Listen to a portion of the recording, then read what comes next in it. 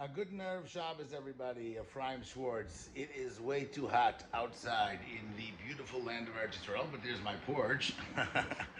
And here's our house. This is the famous couch that I've been spending so much time on. And if you noticed, or you didn't notice, my wife has sort of done the nesting thing, as you'll read in the email this week. And my couch is now by my bookshelf, and my dining room table is now over there. There's our kitchen, all set for Shabbos. And we come to Shabbos Chazon. Shabbos, the Shabbos before Tisha B'Av, named after the Haftorah.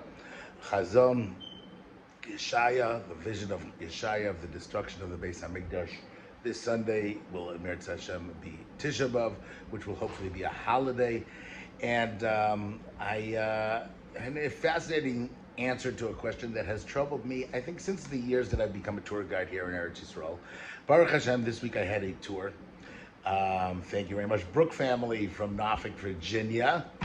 And actually, 2 weeks ago I had their their Mechatanim, the Wagner family. So I think 20% of my tours this year basically came from the Brooke Wagner Mishpacha, which is certainly nice to be back. But this past week we went to Yerushalayim.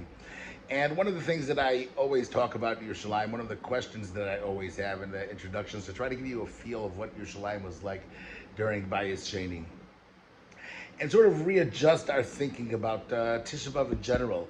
I think something that, for better or for worse, is a misconception. There's a lot of historical misconceptions that we have. But there's a fascinating Gemara. The Gemara talks about, it says, why was the first Beis Hamikdash destroyed? B'nei Mai Charav, Gemara and Yuma, B'nei Shlosha Devarim Shahayu Ba. There were three things that were there: Avodah Zarah, Gili Arayis, Shvichas Damim, murder, idolatry, adultery. Avol Migdash Sheni, everybody knows. You guys can go ahead and say, why was the second Beis Hamikdash destroyed? Shayu Oiskin b'Torah over mitzvahs of Milas Chasadim. They had Torah, they had mitzvahs of Milas Chasadim. B'nei Ma'acharav, why was it destroyed? And everybody answers, B'nei Shahayu Ha'isa Boy Sinas Chinam, because there was in it Sinas Chinam to teach you that Sinas Chinam is connected all three of the primary averos. Now, when we read this Gemara, we know this Gemara, right?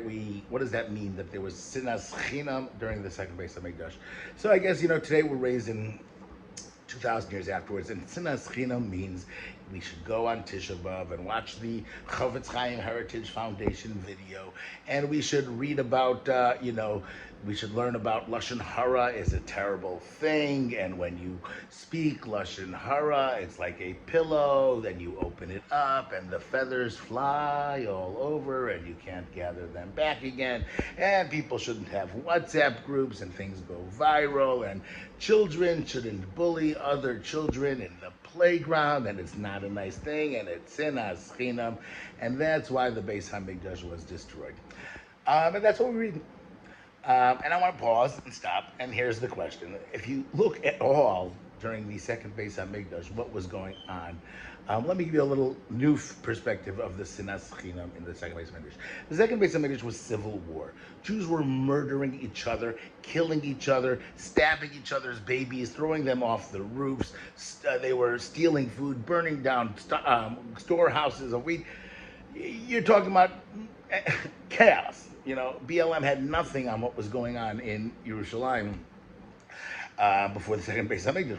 And this is going on for years and years. We're talking about a civil war between two brothers on the Temple Mount. I mean, we get shocked when somebody throws when Mechutzev comes and does something about Kovadik to, I forgot which one of the Gedolim it was. They patra, they slap it. This is on the Temple Mount, by the Har HaBayis. What's going on is insanity.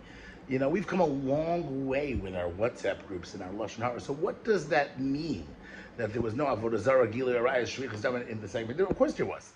There was tons of it, right? The Jews were Hellenists, they were Romans. We know these stories. We know about all the temples they made. I mean, what is going on? What does that mean that there was just Shahayis the Boys and It's an incredible question, which I don't think anybody asked. And it always bothered me.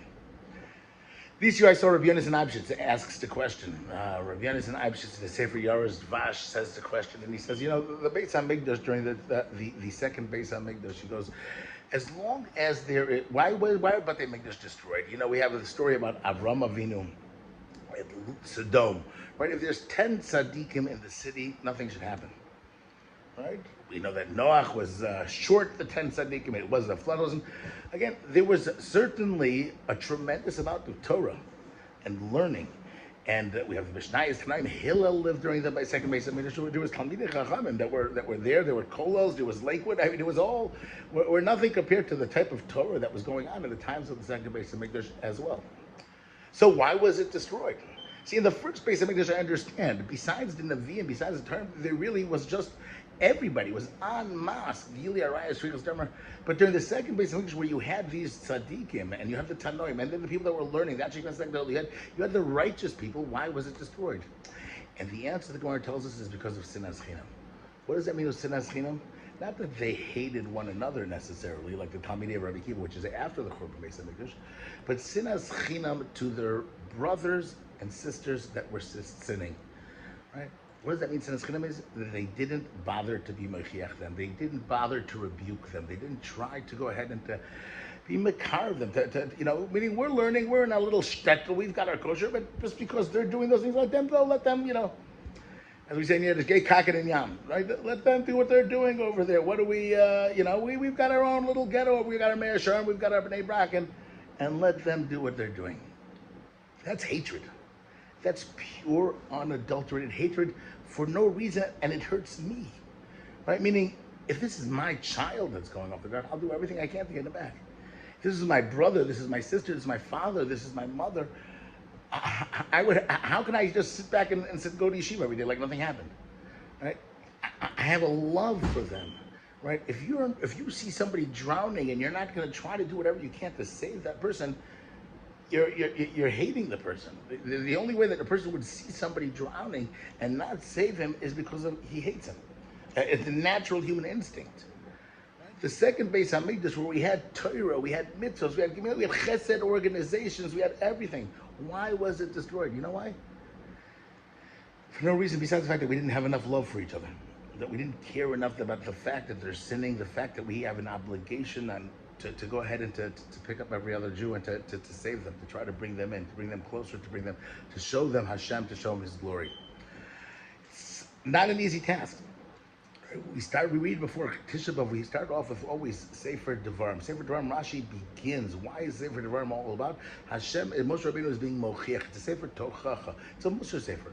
Moshe Rabbeinu starts off telling them about this thing, that you went to this place, you went to that place, and here you sinned this, here you sinned that. The truth of the matter is they didn't even sin. Right? These are the children, the descendants of the ones that sinned. But Moshe Rabbeinu is telling them where they're coming from. Right? You're the children of these people, and you can do better, and you will do better. Both Tishuas Arts, you can go ahead and inherit the land. And he feels that this is the most important message that we have to hear. He speaks, Kol b'nei Yisrael, Kol b'nei Yisrael. Moshe spoke to all of the Jews, every single one, to give them that sense and that power and that connection that they can go ahead and save one another. The problem is, how do we do that? We see so many people that are falling, that have no shaykhs, and we have a love for them, right? On one hand, okay, so Rabbi Schwartz, I heard this video, we've got to go out and save them, and that, don't be Michal Shabbos, don't go to restaurants. And the Alshach gives us a very incredible word, an idea in the pasuk, which I think Moshe Rabbeinu was taking as well. The pasuk says, Al teicheach let's, don't go ahead and admonish a let's, pen yisna'aka, maybe he'll hate you.